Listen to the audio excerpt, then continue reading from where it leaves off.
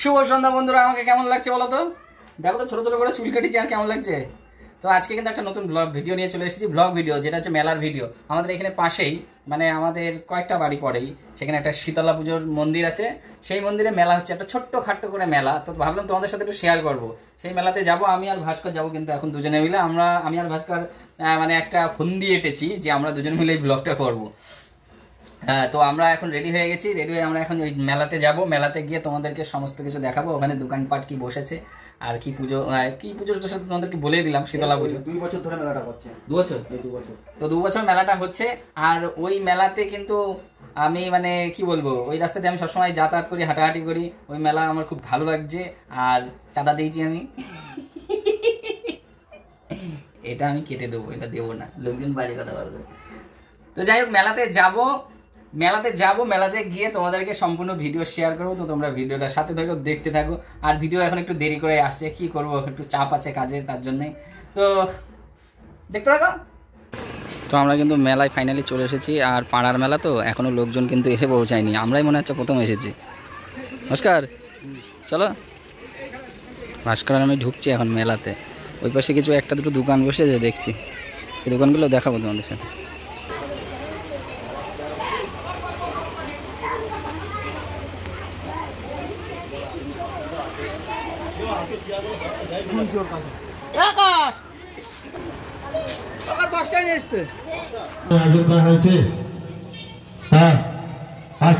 সত্যিকার শীতলা মন্দির পূজা কমিটির দ্বিতীয় দিনে থাকছে বহিরাগত শিল্পীর সমন্বয়ে। এই মঞ্চে থাকছে বহিরাগত শিল্পীর সমন্বয়ে আমাদের এই অনুষ্ঠানটিকে সাফল্যের মধ্যে করে তুলবেন।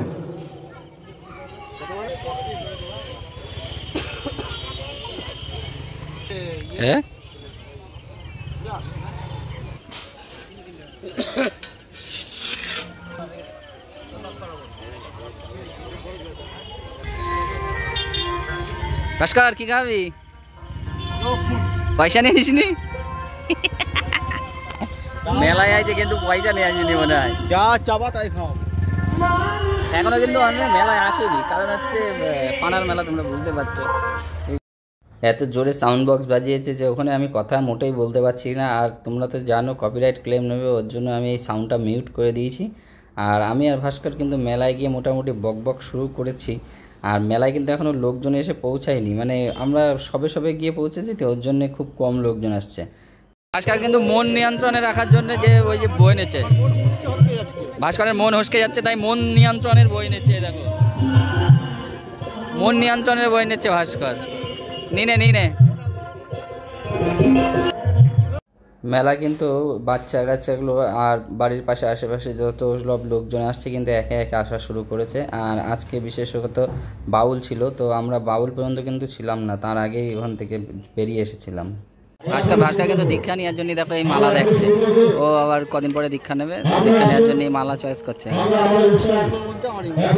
ভালো মালা, নিন এখন কিনে নিয়ে চলে যাওয়া, দারুণ মালা। বন্ধুরা দেখো, একদম ট্রেনও চলে এসেছে। ট্রেন আসার ঘাপানে দেখো দোকান ঘর কাঁপাকাঁপি শুরু হয়ে গেছে, একদম পাশ দিয়ে ট্রেন যায়। ট্রেনের লাইনের ধারে অবশ্য মেলাটা বসেছে, সেই মেলাটার জন্য ওর জন্য ট্রেন একদম পাশ দিয়ে যাচ্ছে। এটা বনগা রানাঘাট। আর লোকজন কিন্তু আস্তে আস্তে মেলায় আসা শুরু হয়ে গিয়েছে। আর আমরা মেলাতে এখন চলে যাবো, এত ফাঁকা মেলায় কি করবো, ভালো লাগছে না। এত ভিড়ে আমরা থাকছি।